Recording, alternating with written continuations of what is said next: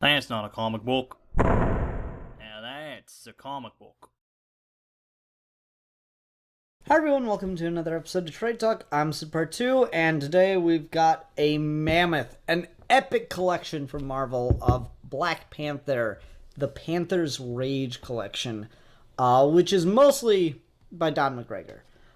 The first two issues reprints Fantastic Four number 52 and 53, which is, of course, Black Panther's first appearance. And that goes into the whole thing with Claw's first appearance too, and yada yada yada. Black Panther hunting the Fantastic Four. I never really cared for that story that much. But the majority of it, after that, it's all Don McGregor's Panther's Rage story from the 1970 Jungle Action book. So this is, like, you have the Fantastic Four, which is the first stories, and that's in 1966, and then you've got about 9 to 10 years of Black Panther with the Avengers and stuff, and then Don McGregor takes over, and Black Panther gets a solo title by taking over the Jungle Action book, which had previously, like, reprinted Tarzan stories and shit. So Doug McGregor is actually a really, really talented writer. He's written some great Zorro stuff. If you ever get the chance, you should read it. Particularly the Zorro the Dailies newspaper strip. So when I found out that he'd done a Black Panther run, I really wanted it. But this is a big book and it's really expensive, so I needed time to buy it and, of course, time to read it. Didn't do Trade Talk last week because I'm so busy reading this. It's crazy how modern comic books are paced so much more quickly than old comics. You'd think with the heftier price tag, we would try to, just make you spend more time consuming the book. But now I can finish a modern comic in like 10 to 15 minutes, and that's like a long one. These issues, I spend at least 20 to 30 minutes reading. The Stan Lee issue is about 40 minutes because he's so damn wordy, and needlessly so. Just a lot of examples of Stan Lee just has to crowd everything with his writing. It's never really good, but what can you do? I don't know. It's never super impressive. But it's more effective than anything, I guess. So yeah, that's certainly annoying, and so it took me a long ass time to get through this, even when Don McGregor took over, because of just how long it is. It's huge, and it takes, again, 20-30 minutes to read each issue, and you just feel drained by the end of it, especially given how damn heavy the issues are. But interestingly, the Jungle Action series was where Killmonger was introduced as Killmonger. There's this whole thing where he was previously another character, and McGregor had him renamed and all this stuff. And so that's kind of interesting or whatever. But what I found really neat is how much of this, Nazada was his old name. What I found really neat was how much of this parallels the movie, which is to say that the movie took direct inspiration from this. So here's Killmonger throwing T'Challa down a waterfall. Just throwing that one out there. And this is while Killmonger is planning to overthrow T'Challa and become the ruler of Wakanda. So he's staging this whole coup, and he's brought in all these super villains, super powerful characters to, basically be his army. And they spend, the better part of a year just playing this game of cat and mouse with T'Challa trying to hunt down and stop Killmonger's machinations and stop his henchmen, and yeah, it's just a pretty big epic story. Also of interest is just the fact that, like, there's so much brutality in this series. Show this panel because it's also directly referenced in the film of how he takes down a rhino. But, like, every issue starts with T'Challa fighting a fucking animal and having to kill it. And I think part of that might be the trope of the whole jungle action thing. But McGregor really makes it work with story. We also get some just gorgeous imagery like that. Oh my god. That's so cool. McGregor really makes it work within the context of the story. Like, here we go. Is this right at the beginning of this issue? The setting sun drips blood onto the river of grace and wisdom, each drop splattering in brilliant reflection from the mirror surface of the water, escorting night tide over the jungle growth that flourishes about the river's banks. The Black Panther sits alone in the gathering twilight, staring into the water at his reflection, and hardly recognizes himself, as if he has forgotten who he once was, or who he now is. He is not aware of the 20-foot-long crocodile until it is upon him, and then it is too late to do anything but battle for survival. So, like, that comes out of fucking nowhere. Just suddenly T'Challa's fighting a goddamn crocodile and having to brutally kill it by breaking its jaw. And it takes up the first several pages of this issue. And I don't know, I feel that scene in particular, but all these scenes where he's forced to do some of this brutal shit,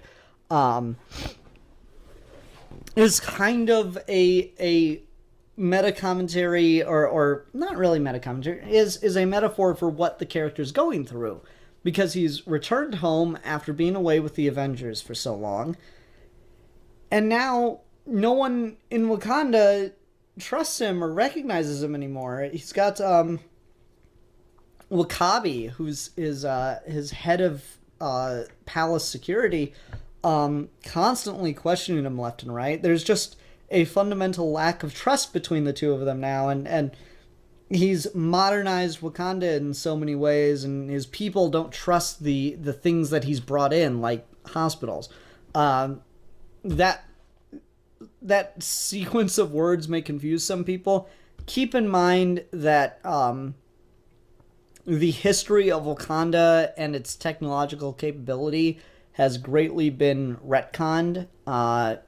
Initially, Wakanda didn't do anything with their vibranium but hoard it and fight off anyone who tried to take it to great effect. But they didn't use it to modernize or anything. They stuck to their tribal roots. But once T'Challa's father was killed, he decided to start selling off bits and pieces of it, modernizing the country, and making them a technological powerhouse very, very quickly. In the original continuity. And so that's what this is kind of playing with, is his people feel alienated by this new technology, these new ways of life encroaching upon them. And so you got all of this, like, weighing on T'Challa, and the idea that he doesn't recognize his own reflection, and he's too out of it to notice a goddamn crocodile sneaking up on him, and he just has to brutally, like, wrestle it and kill the thing.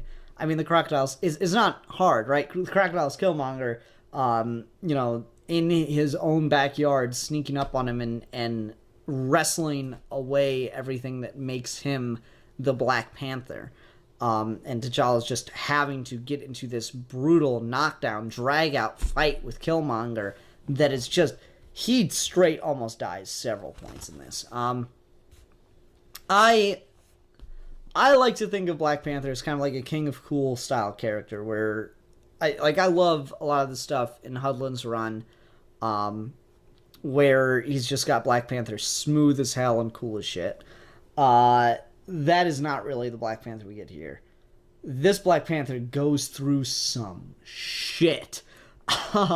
This is knockdown, drag out, violent, painful experience. Almost every issue, T'Challa is nearly killed. He survives by the skin of his teeth and the the luckiest of circumstances and wits alone kind of thing. T'Challa, by all rights, should not survive most of the encounters that he goes through, and it's complete comic book physics that he does. A bunch of characters start to call him Panther Devil at different points in this book because they think that he could not possibly be human, given the things that he survives and how awful they are. So there's a lot of shit like that going down in here, which is why he's able to do things like wrestle crocodiles at the beginning of each issue. There's a lot of stuff with him just taking on animals, and it gets kind of bigger and badder and crazier as it goes. He at one point has to fight, giant white gorillas in the snowy hills of Wakanda, even though they are worshipped as gods. And I love this line that that one of the guys one of the villains has after he's killed one of the white gorillas.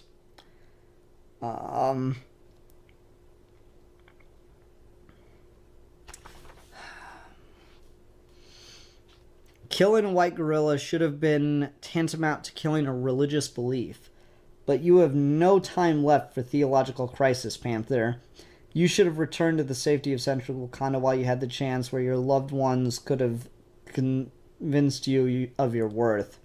Instead, you will die here, Panther, and none of your followers will ever find your remains. So, just the torment of killing a religious figure, like a religious beast, like the white gorilla. It's kind of left a scar on T'Challa. That Killmonger fucks stuff up for T'Challa in a really profound way.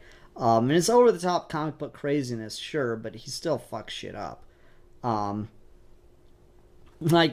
talk about over the top comic book craziness, Killmonger pulls dinosaurs out of tar pits and is able to resurrect them in his plans to ride them around as basically war beast chariots. So it gets pretty crazy over the top comic book, but at the same time, that crazy over the top comic bookness comes in the form of T'Challa fighting a T-Rex. And again, it gets more and more outlandish, more and more ridiculous, and you get the sense that everything that he's going through is related to his struggle with Killmonger. And I like it. It's really, really interesting stuff. At one point, he's tied up between two cactuses. His uniform's just fucking wrecked, all this stuff. Lots of crazy shit goes down. Has to deal with being strangled by a python and all this craziness. Really intense, brutal jungle action, if you will. And then it all comes to a head in issue number 17 of Jungle Action, where he finally gets to fight Killmonger again. He got one other chance at him in the book, but he got kind of tossed because he didn't take Killmonger seriously enough. And like I said, it takes a lot longer to read these issues, but McGregor, unlike Stan Lee, actually knows how to write really engaging stuff. And what's more is it doesn't get in the way of the art. McGregor definitely is very verbose, but he's not overbearing the way Stan Lee is with his narration and dialogue. They stand on the perimeters of violence, and the war separates them. That line is distinct, but the other elements that divide them are less defined. Ideologies in conflict, now lost. Lives, crimson, splattered, spilling, filling a never-ending ocean, depths of pain and loss, algae of grief and death. Coral waving tattered ribbons of flesh. Ideology consumed by the brutal acts perpetrated in its name.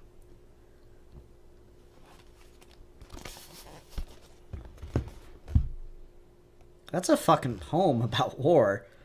As T'Challa makes his way across the battlefield to go fight Killmonger.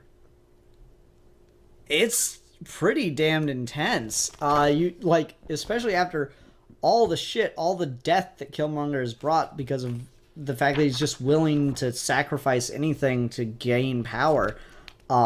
It's all there. Like, you know, he wants to control Wakanda, but what does he do? He destroys the palace to do it. He wants the throne at the cost of the throne. It shows you the kind of man Killmonger is and the kind of sacrifices he's willing to make along the way. And so ultimately, it isn't T'Challa that defeats Killmonger. They have their rematch fight on the top of a waterfall, and they battle and battle, and ultimately Killmonger turns the tables and is about to throw T'Challa down the falls again, killing him finally this time. But then he's caught off guard and falls over the falls himself because he's pushed by one of the children who is a survivor of one of Killmonger's victims. Kantu charges toward the fray, screaming his rage in a high-pitched voice that breaks. It is a tiny voice lost in the vast events, and Killmonger is one who has ignored the roars of dinosaurs and turned his back on them. This is one voice he shouldn't ignore. The Panther and Killmonger's eyes lock for one last time. The eyes hold no panic, rather a trace of annoyance. An unspoken, what the hell is happening? It is over with a silent descent. Killmonger hits the crashing white rapids and disappears under the surface. Neither the Panther nor Kantu speak. They look at each other as if they are somehow inexplicably entwined. Youth and adult facing the same adversary in timeless, violent arenas. They walk into the familiar sun and feel its warmth for the first time that day. The war has ended, and the only survivors are victims themselves. McGregor knows how to write. This is a damn well-written book, and it all kind of culminates and comes back on itself. There's an epilogue issue to Panther's Rage. And that's just one of Killmonger's last surviving minions, and T'Challa has to do a whole thing. You know, it's pretty and flowery. I like the initial ending itself as is, but whatever works. Then there is the second story arc contained within the Panther's Rage trade, which, to explain real quick, again, Black Panther took over the Jungle Action book, and Don McGregor did a 12-issue epic, Panther's Rage, that was the whole Killmonger trying to take control of Wakanda and Black Panther having to stop him. And then he wanted to do another 12-issue epic called Black Panther versus the Klan. And it's very much exactly what it sounds like. It was going to be Black Panther fighting the Ku Klux Klan. And you get about 4 to 5 issues into it, and then the book ended. He didn't get to conclude the story arc. Is just kind of where you're left. He barely survives the death trap and goes to confront the villain that put him into it, who is working with the Klan, and then we just never get anything else. I don't know if Don McGregor's ever said where he was going with the story, if he even remembers. But I mean, it's pretty damned on the nose about the kinds of things he's wanting to talk about in here. And it's not like there's a... So, alright. The story doesn't actually start off with Black Panther fighting the Klan, because right there, panel 1, you see a black guy in a hood. And those are not white hoods. So there's some kind of other group connected into this all. And there's like the murder of what's her name, Lynn's sister, and all this stuff. So there's like a big mystery that we never get the conclusion to surrounding this Dragon Circle group that has a black guy in a Klan outfit. And unfortunately that's never resolved, but it's not like he doesn't also take on the Klan fucking directly, because that most certainly happens. as Black Panther fights off clan members. And it's cool. It's super satisfying. That's all it comes down to. It is super satisfying. Also, this is hilarious, and it's begging to be a meme. I love him with the shopping cart just in the outfit in the supermarket. It's hilarious. Anyway. Like there's definitely just straight on Black Panther fighting Klansmen, and that is super satisfying. And there is definite commentary on the power and fear the clan holds and entices. Inspires. Not sure what word I'm looking for. Get some really infamous and tragic and scary imagery, and it's used really well. Again, this is a much less smooth and King of Cool style Black Panther. This Black Panther is very vulnerable, very human, and often just barely survives and then comes back anew and better than ever.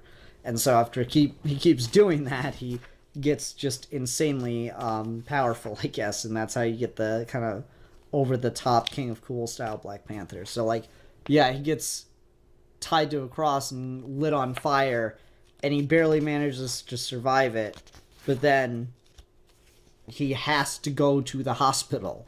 So that's pretty cool. It's not the kind of thing I prefer, but I'm aware enough of the historical context that I can come back to it and be like, yeah, it's just, that's how it used to be, and now it's changed and evolved over time. By far, the hardest issue to read is Jungle Action number 22. Because in that issue, the Lin family talks about their ancestor, Caleb, and his interaction with the clan. And it is super tragic and horrifically profound. So, trigger warning.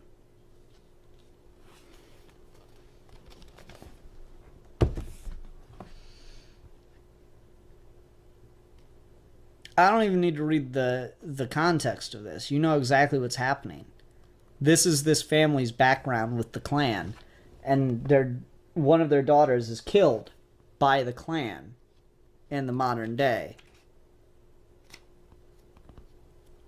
And so Black Panther being there to try to save them, it's a big deal. Being there to try to help solve the murder and help bring the clan to justice. It's a big deal, and it's really disappointing that this story never got to complete because, yeah, it should have. So ultimately, it is a very well told story. Definitely dated in some ways. I think, what is her name? Monica Lin? I've forgotten the name. Yeah, Monica. Okay. I'm pretty sure Monica uses, like, the word jive a couple times, so you can definitely tell it's the 70s. I do actually quite like the relationship between T'Challa and Storm of the X-Men, but I know a lot of people don't.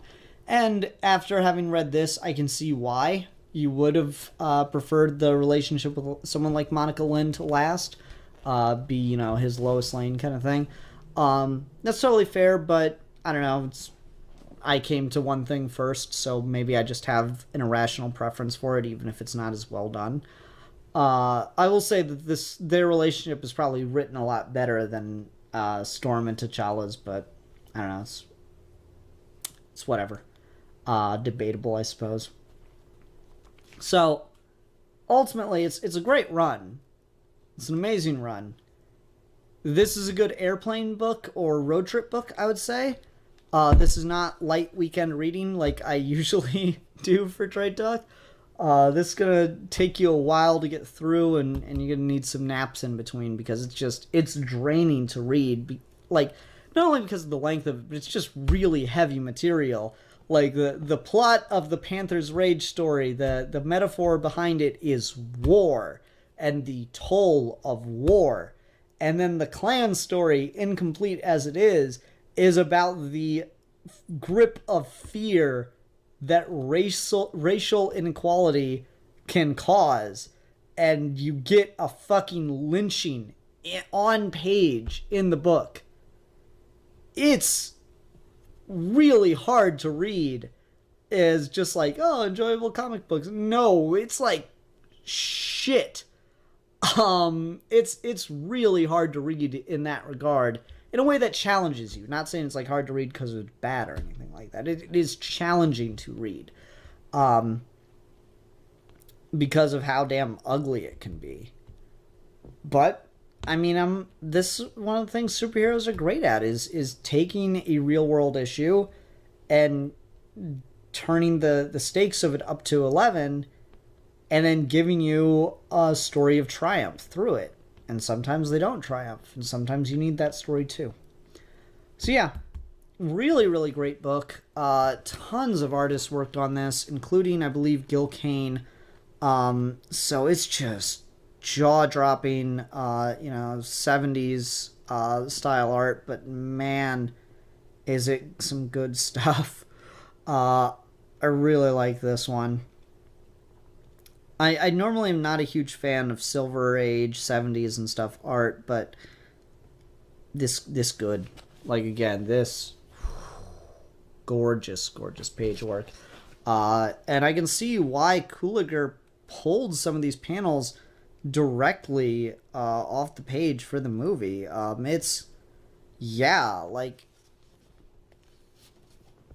Look at some of these spreads, man. It's great stuff. Oh. Nope, turn the book upside down.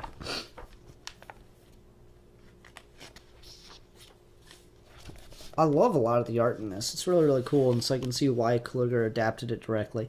Tons of artists on this book. Let's see if I can find a name list, because it's pretty nuts. Alright. Writer Don McGregor with Stan Lee. Breakdown/pencilers: Rich Buckler, Billy Graham with Jack Kirby, Gil Kane, and Keith Pollard. Inkers: Klaus Johnson, Bob McLeod, Joe Sinton with P. Craig Russell, Pablo Marcos, Dan Green, Billy Graham, Jim Mooney, and Keith Pollard. Colorists: Gillis Ween with Tom Palmer, Michelle Wolfman, Petra Goldberg, Phil Rachelson, Janice Cohen, Hugh Paley, and Al Wenzel. Letterers: Sam Rosen, Art Simek, Tom Orzatsky,